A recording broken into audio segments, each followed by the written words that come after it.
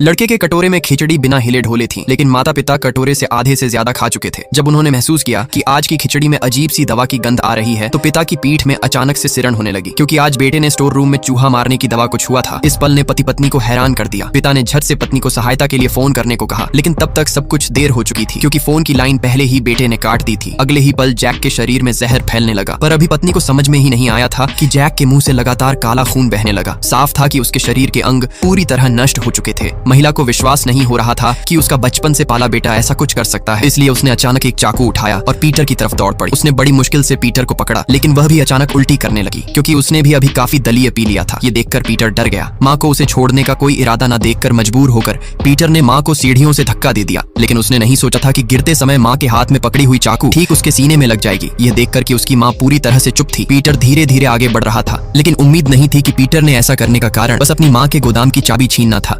यह पता